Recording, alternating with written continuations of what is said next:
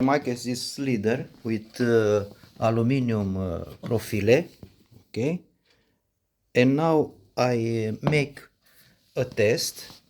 Okay, this is slider, and this is MKS board. And now I go to computer and I put same G code. Okay, and now with movement. Okay,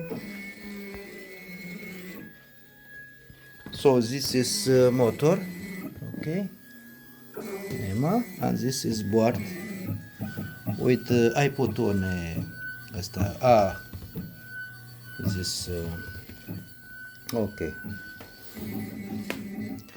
this leader I have a meter, 1 meter.